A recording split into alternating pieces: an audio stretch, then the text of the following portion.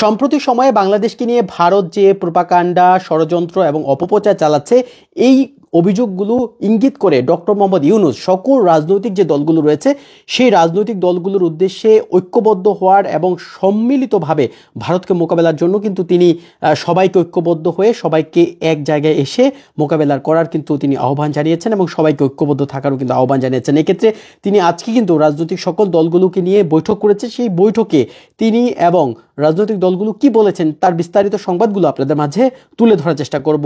দেখছেন শরীয়তপুর টেলিভিশনের সরাসরি সম্প্রচার, সঙ্গে রয়েছে আমি জি.কে. সানজিদ। বাংলাদেশ নিয়ে সম্প্রতি ভারতের বিভিন্ন প্রোপাগান্ডার ইঙ্গিত করে অন্তর্বর্তীকালীন সরকারের প্রধান উপদেষ্টা ডক্টর মোহাম্মদ ইউনূস বলেছেন, আমরা যে মুক্ত স্বাধীন বাংলাদেশ তৈরি করলাম তারা এটাকে মুছে দিয়ে আগেরটায় ফিরে যেতে চায়। মুখে বলছে না যে আগেরটা, কিন্তু ভঙ্গি হলো আগেরটা ভালো ছিল, এমন মন্তব্য কিন্তু করেছেন প্রধান উপদেষ্টা ডক্টর মোহাম্মদ ইউনূস। তাদের শক্তি এত বেশি যে তারা মানুষকে এর ভেতরে ভেড়াতে পেরেছে এবং পারছে, এবং তিনি এটাও বলছেন যে তারা এই যে আগেরটায় ভালো ছিল এটাতে তারা মানুষকে ভেড়াতে পেরেছেন, এই মন্তব্য কিন্তু করেছেন প্রধান উপদেষ্টা। তাদের কল্পকাহিনীর কারণে মানুষ সন্দেহ প্রকাশ করছে যে এটা কি ধরনের সরকার হলো। বুধবার রাজধানীর ফরেন সার্ভিস একাডেমিতে রাজনৈতিক দলের নেতাদের সঙ্গে বৈঠকে এসব কথা বলেন তিনি। ডক্টর মোহাম্মদ ইউনূস বলেন, আমরা বারে বারে তাদের বলছি যে আপনারা আসেন, এখানে দেখেন, এখানে কোনো বাধা নেই, কিন্তু না, তারা ওখান থেকেই কল্পকাহিনী বানিয়ে যাচ্ছে। এখন আমাদের সারা দুনিয়াকে বলতে হবে যে আমরা এক, আমরা যেটা পেয়েছি সেটা একজোট হয়ে পেয়েছি, কোনো মতবাদের কারণে পাইনি, ধাক্কাধাক্কি করে পাইনি, যারা আমাদের উপর চেপেছিল তাদের আমরা উপড়ে ফেলেছি। এটাই সবার সামনে তুলে ধরতে হবে, সবাই মিলে যেন এটা করতে পারি। আমাদের নতুন বাংলাদেশের যাত্রাপথে এটা মস্ত বড় একটা বিষয় হয়ে দাঁড়িয়েছে, অস্তিত্বের বিষয় হয়ে দাঁড়িয়েছে, এমন মন্তব্য কিন্তু করেছেন ডক্টর মোহাম্মদ ইউনূস। তিনি বলেন যে দেশের বর্তমান বাস্তবতা বিশ্বের কাছে প্রতিষ্ঠিত করতে সবাইকে একজোট থাকতে হবে, এবং তিনি এও বলেছেন যে বর্তমান বাস্তবতায় বিশ্বের কাছে বর্তমান যে বাংলাদেশকে প্রতিষ্ঠিত করতে হলে সবাইকে একজোট হতে হবে। আমাদের এই স্বাধীনতা অনেকের কাছে পছন্দ হচ্ছে না, বর্তমান যে স্বাধীনতা সেটা অনেকের কাছে পছন্দ হচ্ছে না, এমন ইঙ্গিতও কিন্তু করেছেন প্রধান উপদেষ্টা ডক্টর মোহাম্মদ ইউনূস। নানাভাবে এটাকে উল্টে দেওয়ার চেষ্টা চলছে, 5 আগস্টের পর থেকে নানাভাবে এটা চলছে। সারা দেশে শান্তিপূর্ণভাবে দুর্গাপূজা পালন হয়েছে, আমরাও পূজার আনন্দে শরিক হয়েছিলাম, কোথাও কোনো ধরনের বিশৃঙ্খলা হয়নি, সেটাও অনেকের পছন্দ হয়নি। দেশকে নতুন করে অস্থির করার চেষ্টা চলছে। প্রধান উপদেষ্টা বলেন যে বাংলাদেশ আমরা গড়ে তোলার চেষ্টা করেছি, সেটাকে ধামাচাপা দিয়ে আরেক বাংলাদেশের কাহিনী রচনা করা হচ্ছে। সারাক্ষণ নানা রূপে তারা এটা করে যাচ্ছে।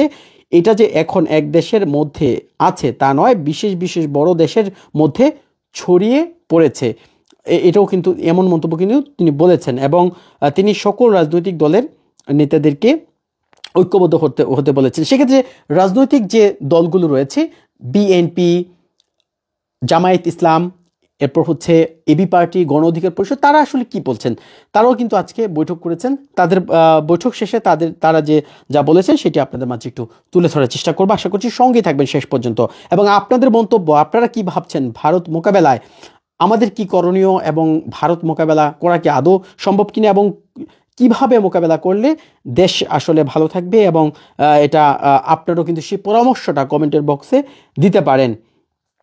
বিএনপি কি বলেছেন বৈঠক শেষে সেটা আপনাদেরকে জানাবো। বিএনপির স্থায়ী কমিটির সদস্য খন্দকার মোশাররফ হোসেন বলেছেন, যেসব ষড়যন্ত্র এখন আপনারা দেখতে পাচ্ছেন, জনগণ রোডম্যাপ পেয়ে নির্বাচনী মুখী হয়ে গেলে সেসব আর করার সাহস পাবে না।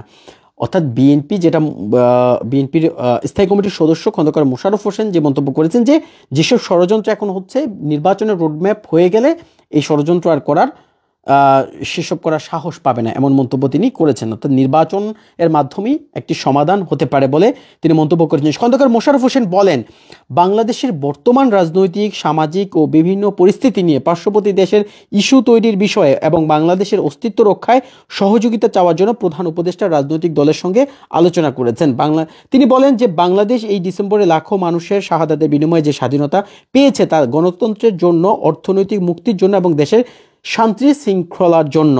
আজকে এই বিজয়ের মাসে আমাদের সবার প্রত্যয় বাংলাদেশের বর্তমান অন্তর্বর্তীকালীন সরকার ছাত্র জনতা গণ অভ্যুত্থানের মধ্য দিয়ে প্রতিষ্ঠিত হয়েছে। তাদের দায়িত্ব এই দেশে স্বাধীনতা, সার্বভৌমত্ব রক্ষা করা ও গণতন্ত্র প্রতিষ্ঠা করা। তিনি আরো বলেন, আমাদের দেশের বিরুদ্ধে পতিত সরকার বিদেশ থেকে যে ষড়যন্ত্র করেছে, সেই ফ্যাসিস্ট পতিত সরকারের বিরুদ্ধে সবাই একমত পোষণ করেছেন যে ষড়যন্ত্র হচ্ছে তা দেশের জনগণের মধ্যে বিভেদ সৃষ্টি করার জন্য প্রচেষ্টা উল্লেখ করে বিএনপি স্থায়ী কমিটির সদস্য বলেন, আমরা সরকারের সঙ্গে একমত পোষণ করেছি।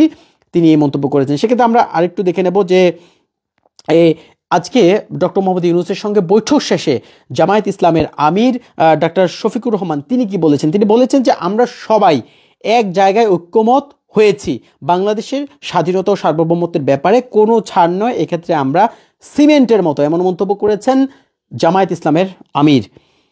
জামায়াত ইসলামের আমির বলেন, পার্শ্ববর্তী দেশ আমাদের প্রতিবেশী, তাদের সঙ্গে আমরা সৎ প্রতিবেশী সুলভ সম্পর্ক চাই, কিন্তু সাম্প্রতিক সময়ে তাদের ভূমিকা উস্কানিমূলক ও অসহিংস। জামায়াত ইসলামের আমির বলেছেন যে প্রতিবেশী দেশ ভারতের সঙ্গে তিনি সুসম্পর্ক চান, সুসম্পর্ক রক্ষা করতে চান, কিন্তু বর্তমান সময়ে তিনি এটাও বলছেন যে বর্তমান সময়ে তিনি মনে করছেন যে ভারতের যে বর্তমান ভূমিকা সেটা উস্কানিমূলক ও অসহিংস, এমন মন্তব্য করেছেন জামায়াত ইসলামের আমির। তারা মিথ্যা তথ্যের উপর নির্ভর করে বাংলাদেশকে কুলসিত করার জন্য, এ দেশের জনগণ ও সরকারকে ব্যর্থ করার জন্য অপপ্রয়াস ও অপপ্রচার চালাচ্ছে। আমরা সবাই সম্মিলিতভাবে এর নিন্দা জানাচ্ছি। তিনি আরও বলেন যে আমরা সবাই এক জায়গায় কিন্তু ঐক্যমত রয়েছি, এমন মন্তব্য কিন্তু তিনি করেছেন। এবং জামায়াত ইসলামের আমির কিন্তু সাফ জানিয়েছেন যে চরমপন্থা যে দিক থেকে আসবে আমরা তাদেরকে ঘৃণা করি, আমরা তাদেরকে প্রশ্রয় দেব না, মেনেও নেব না, এ ব্যাপারে সকলে আমরা একমত হয়েছি। আমরা আশা করছি জাতীয় ঐক্যবদ্ধভাবে আগামীর যে চ্যালেঞ্জগুলো রয়েছে সেই চ্যালেঞ্জগুলো মোকাবেলা করে আমরা চূড়ান্ত সফলতার দিকে এগিয়ে যাব। চূড়ান্ত সফলতা না আসা পর্যন্ত আমাদের ঐক্য অটুট থাকবে, চূড়ান্ত সফলতা আসার পরও দেশের জন্য আমাদের অটুট ঐক্য অব্যাহত রাখতে হবে। এদিকে আমরা দেখে নেব যে আসিফ নজরুল, উপদেষ্টা আসিফ নজরুল, তিনি প্রধান উপদেষ্টার সঙ্গে বৈঠক শেষে বের হয়ে তিনি কি বলেছেন সেটা আমরা একটু জেনে নেব। যে বাংলাদেশকে দুর্বল ও নতজানু ভাবার অবকাশ নেই বলে মন্তব্য করেছেন যে আইন উপদেষ্টা আসিফ নজরুল, মাফ করবেন, আসিফ নজরুল। তিনি বলেছেন যে সবার উপরে দেশ, এটা থেকে আমরা কখনো বিচ্যুত হব না, বাংলাদেশকে দুর্বল নতজানু ও শক্তিহীন ভাবার কোনো অবকাশ নেই।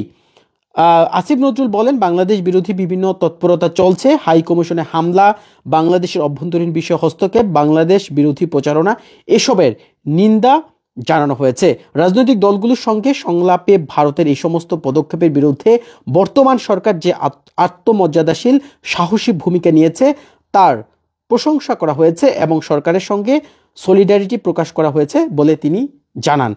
আইন উপদেষ্টা আরও বলেন, একই সঙ্গে ভারতের এইসব প্রচারণার বিরুদ্ধে আরও শক্তিশালীভাবে এবং আরও বেগবানভাবে মোকাবেলার করার কথা বলেছেন এবং সেজন্য তিনি প্রবাসী বন্ধু রাষ্ট্রের সহযোগিতা এবং বিদেশি সাংবাদিকদের নিয়ে আসার পরামর্শ দেওয়া হয়েছে। এবং তিনি বলেছেন যে আমাদের যোগাযোগ দক্ষতা ও আইনি দক্ষতা বাড়ানোর পরামর্শ দেওয়া হয়েছে। একই সঙ্গে 15 বছরের যে ফ্যাসিস্ট সরকারের আমলে ভারতের সঙ্গে যত চুক্তি হয়েছে সেটা প্রকাশ করার তিনি দাবি জানিয়েছেন আইন উপদেষ্টা আসিফ নজরুল। রামপাল সহ বাংলাদেশের জন্য ক্ষতিকর যেসব চুক্তি রয়েছে সেগুলো বাতিল করার দাবি জানানো হয়েছে বলেও জানান আইন উপদেষ্টা। তিনি বলেন, ভারত বাংলাদেশ বিরোধী যে অপপ্রচারণা চালাচ্ছে এই পরিস্থিতি মোকাবিলায় সব সম্প্রদায়ের ভূমিকার প্রশংসা করা হয়েছে। একই সঙ্গে যে কোনো উস্কানি মুখে সাম্প্রদায়িক সম্প্রীতি অটুট রাখার প্রত্যয় ব্যক্ত করা হয়েছে। আসিফ নজরুল আরও বলেন, সবাই একটা কথা বলেছেন যে আমরা আর শক্তিহীন, দুর্বল, নতজানু ভাবার কোনো অবকাশ নেই, যে কোনো ধরনের অপপ্রচার ও উস্কানির বিরুদ্ধে আমরা ঐক্যবদ্ধ থাকবো এবং ঐক্য অটুট রাখবো। আমরা সজাগ থাকবো, ভবিষ্যতে যে কোনো প্রচারণা এলে, উস্কানি এলে আমরা আমাদের যে ঐক্যকে আরও বেগবান রাখার প্রচেষ্টা অব্যাহত রাখবো, এমন কথাও তিনি বলেছেন। তিনি বলেছেন, প্রস্তাব আকার এসেছে যে গোটা জাতি ভারতের অপপ্রচারের বিরুদ্ধে যে ঐক্যবদ্ধ আছে, সবাই মিলে একটা সমাবেশ করতে পারি কিনা, সবাই মিলে পলিটিক্যাল একটা কাউন্সিল করতে পারি কিনা, নিরাপত্তা কাউন্সিল করতে পারি কিনা, এজন্য প্রস্তাব এসেছে। অর্থাৎ তিনি এখানে যে কথাটা বলেছে সেটা হচ্ছে যে গোটা জাতি ভারতের অপপ্রচারের বিরুদ্ধে যে ঐক্যবদ্ধ আছে, সবাই মিলে একটা সমাবেশ করতে পারে কিনা সেটা নিয়েও কিন্তু তিনি প্রস্তাব এসেছে বলে জানিয়েছেন। এবং তিনি জানিয়েছেন যে সবাই মিলে পলিটিক্যাল যে একটা কাউন্সিল করতে পারে কিনা এবং নিরাপত্তা কাউন্সিল করতে পারে কিনা এই জন্য প্রস্তাব হয়েছে। আর সুর ছিল, আমাদের মধ্যে মত পথ আদর্শে ভিন্নতা থাকবে, আমাদের রাজনৈতিক ভিন্নতা থাকবে, অবস্থার ভিন্নতা থাকবে, কিন্তু দেশ ও সার্বভৌমত্ব এবং অস্তিত্বের প্রশ্নে আমরা সবাই এক। অর্থাৎ এক একটা দলের, রাজনৈতিক দলের কিন্তু এক এক ধরনের মত বিরোধ বা তাদের যে পথ আদর্শ, মত আদর্শ এবং রাজনৈতিক যে ভিন্নতা সেটা এবং অবস্থার ভিন্নতা থাকতে পারে, কিন্তু দেশ ও সার্বভৌমত্ব এবং অস্তিত্বের প্রশ্নে সবাইকে একত্রিত হওয়ার কিন্তু আহ্বান জানিয়েছেন। এক্ষেত্রে এই যে প্রধান উপদেষ্টা কিন্তু গতকালকে ছাত্রদের নিয়ে বৈঠক করেছেন, আজকে তিনি রাজনৈতিক দলগুলো নিয়ে বৈঠক করেছেন এবং আগামীকাল ধর্মীয় দলগুলোকে নিয়ে তিনি বৈঠক করবেন। দর্শক, জানাতে পারেন কমেন্টে ভারত মোকাবেলায় আসলে কি কি করণীয় আপনাদের মতে হতে পারে, এবং সেই পরামর্শটাও আপনারা কমেন্টের ঘরে দিতে পারেন। এতক্ষণ আপনাদের সঙ্গে ছিলাম শরীয়তপুর টেলিভিশনের সরাসরি সম্প্রচারে আমি জি কে সানজিদ। দেখা হবে পরবর্তী আপডেটে। আল্লাহ হাফেজ, আসসালামু আলাইকুম।